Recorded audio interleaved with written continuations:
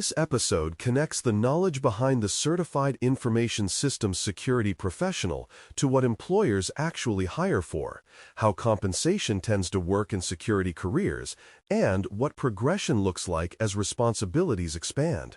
People often ask whether a credential gets you a job or raises your salary, and the more accurate way to think about it is that it signals readiness for certain kinds of scope and decision-making. The certification's body of knowledge lines up well with roles that require you to integrate security across teams, translate technical findings into business decisions, and own outcomes over time rather than only completing tasks. When you understand how that maps to roles and accountability, it becomes easier to make career moves intentionally and to explain your value in a way hiring teams can trust.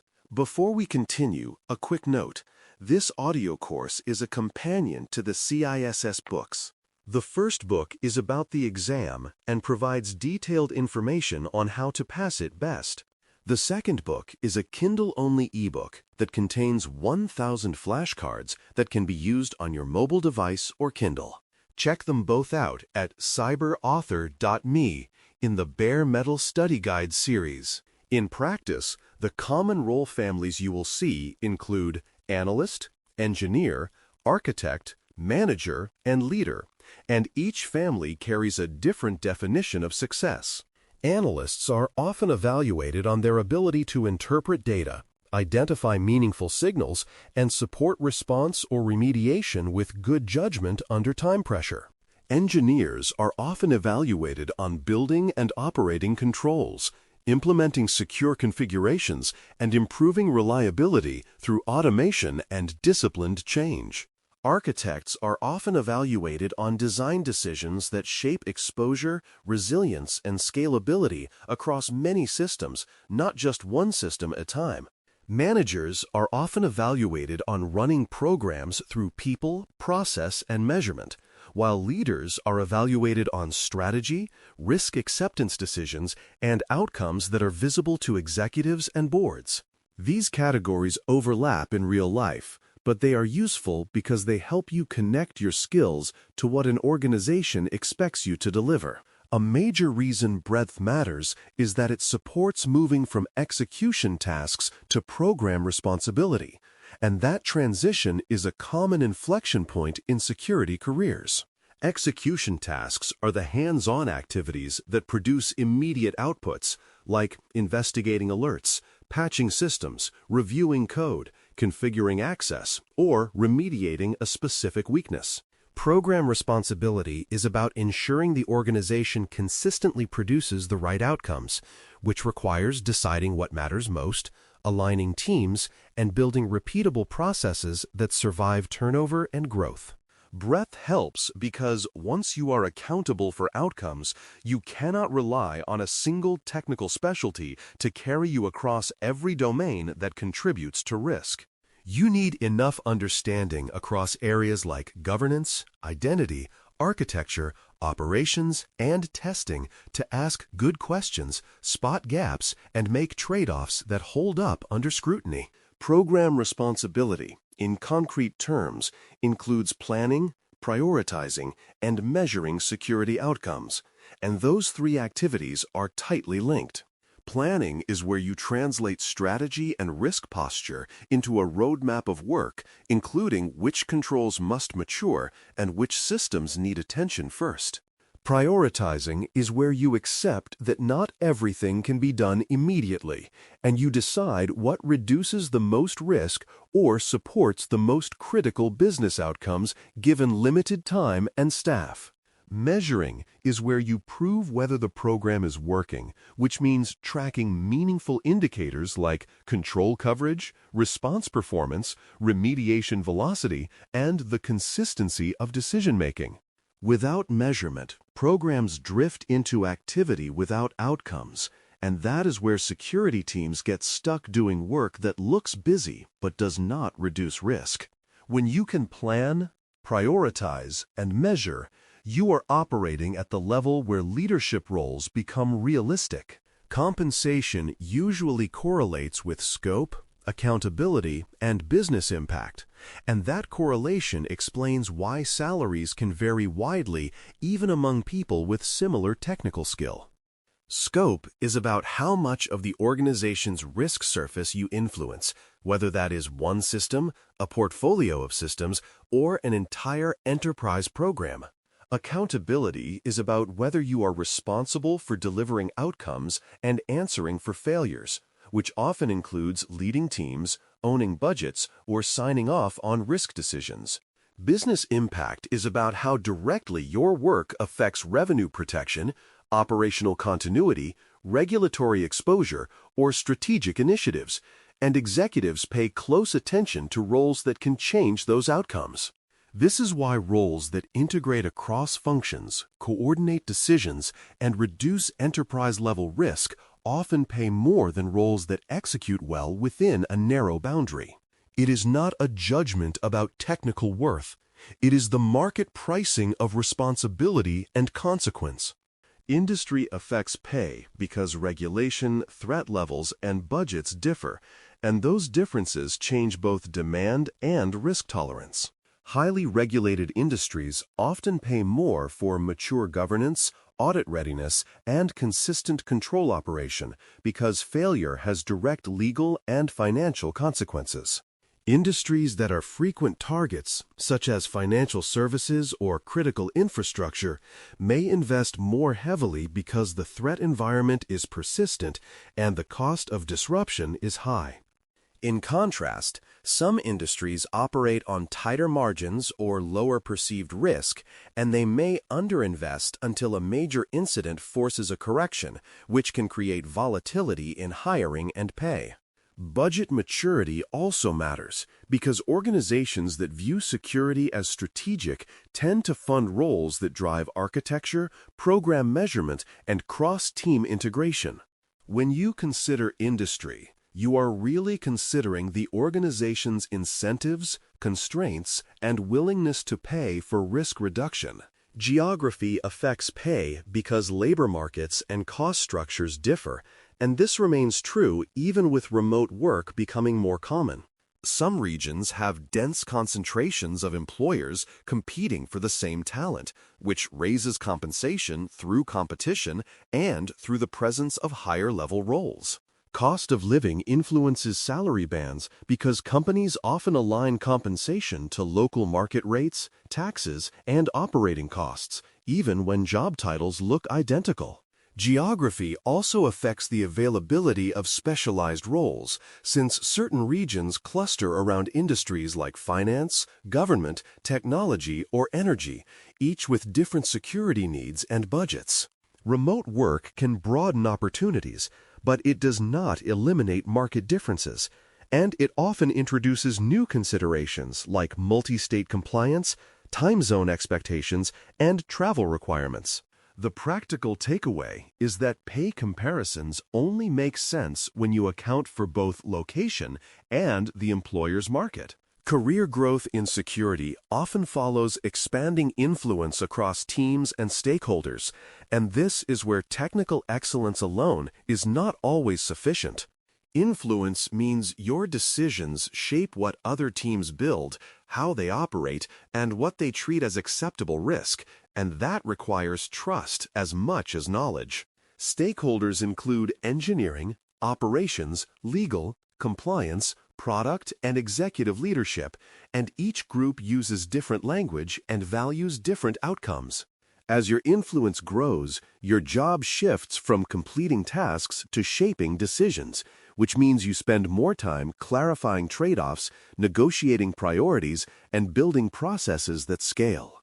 That shift can feel uncomfortable if you equate productivity with tangible outputs, but influence is often the real lever behind enterprise risk reduction. The breadth of the Certified Information Systems Security Professional aligns well with that reality because it trains you to speak across domains without losing technical credibility. If you choose an architecture path, the emphasis is on design choices, constraints, and long-term resilience, because the systems you shape today determine tomorrow's exposure. Architecture work is about deciding where trust boundaries live, how identity is integrated, how data flows are protected, and how systems fail safely when something goes wrong. Constraints include performance, cost, legacy dependencies, and delivery timelines, and architects are judged on whether they can make security real within those constraints. Long-term resilience includes maintainability, observability, and the ability to respond effectively when incidents occur, which means architecture must support operations, not just ideal diagrams. The strongest architects develop a habit of thinking in second-order effects, like how a convenience choice in one service can create systemic risk across many services. When you can defend design decisions in risk and business terms, architecture becomes a high-impact career lane. If you choose an operations path, the emphasis is on response coordination, continuity, and reliability, because security incidents and failures are inevitable, and the difference is how well you handle them. Response coordination means you can organize people and information under stress, ensuring that containment and recovery are executed quickly without losing control of evidence and decision authority. Continuity means you understand how to keep critical business functions running or restore them rapidly, which involves planning, dependencies, and disciplined recovery processes. Reliability is about reducing noise, improving detection quality, and ensuring that security controls and monitoring systems work consistently over time, not just during audits or crisis moments. Operations roles often reward calm judgment, clear communication, and strong process, because speed without control creates secondary damage. When you can turn operational lessons into improvements in architecture and governance, you become the kind of operator who naturally grows into broader leadership. If you choose a governance path, the emphasis is on policy, oversight, audit readiness, and reporting, because governance is how organizations make security decisions consistent and defensible. Policy translates values and requirements into expectations, and it sets the baseline for what controls must exist and how exceptions are handled. Oversight ensures that those expectations are actually met, which includes accountability structures, decision rights, and mechanisms to address gaps without endless debate. Audit readiness is not about pleasing auditors. It is about evidence, discipline, and control operation, so the organization can prove what it does and trust its own processes. Reporting is how governance communicates risk posture and progress, turning complex technical realities into information leaders can act on. Governance roles can be high impact when they drive clarity and consistency across many teams, and that is exactly where broad security understanding becomes valuable. Regardless of path, strong career narratives describe decisions, trade-offs, and measurable results delivered, because hiring teams want evidence that you can operate at the level the role requires. Decisions show judgment, trade-offs show realism, and measurable results show you can deliver outcomes rather than activity. A narrative that only lists tasks can sound busy but unconvincing, because tasks do not automatically imply impact or accountability. When you explain why you chose one control approach over another, how you prioritized work under constraints, and what changed as a result, you reveal the reasoning that organizations pay for. Measurable results can include reduced incident frequency, faster remediation, improved detection quality, better audit outcomes, or clearer risk acceptance decisions that prevented delays and confusion.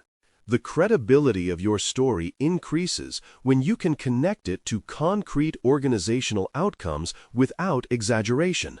Credibility also grows when your language connects security work to business outcomes, because that is how you earn trust from leaders who own budgets and accept risk.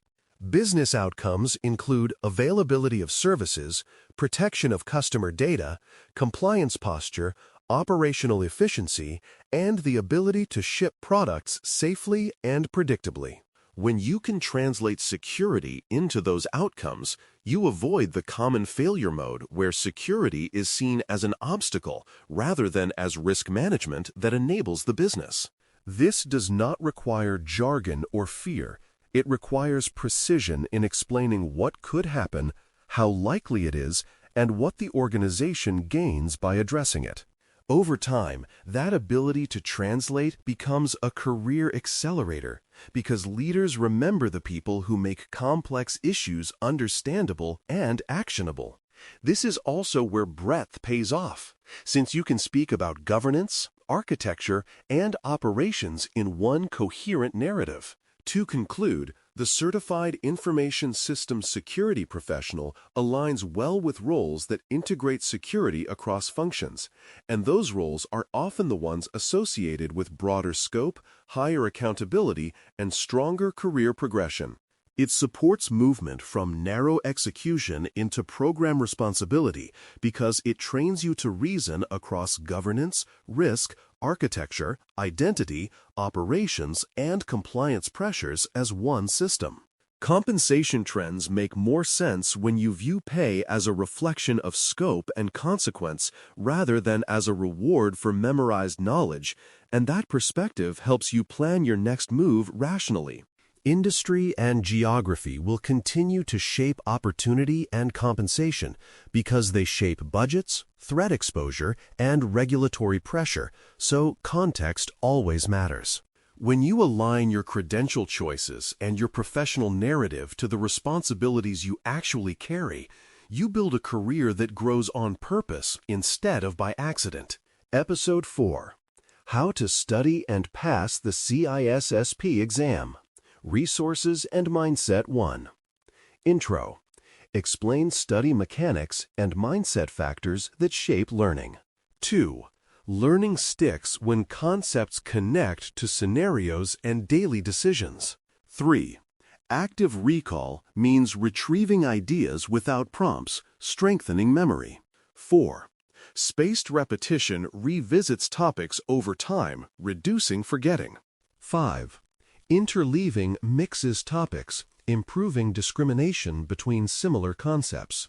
6. Cognitive load rises when too many new terms arrive together. 7. Mental models organize details, like risk flowing to impact. 8. Ambiguous questions reward principle-based reasoning, not memorized lists. 9. Common resources differ. Outlines, question banks, audio reviews, books. 10. Practice questions reveal gaps, especially in wording and assumptions. 11. Confidence improves when errors become categories, not isolated misses. 12. Mindset matters. Persistence, patience, and calm under time pressure. 13. Consistency matters because small sessions compound into durable familiarity. Conclusion. Study principles frame how later topics connect and reinforce. Thanks for listening. For more audio courses, daily newsletters, and more, please visit baremetalcyber.com.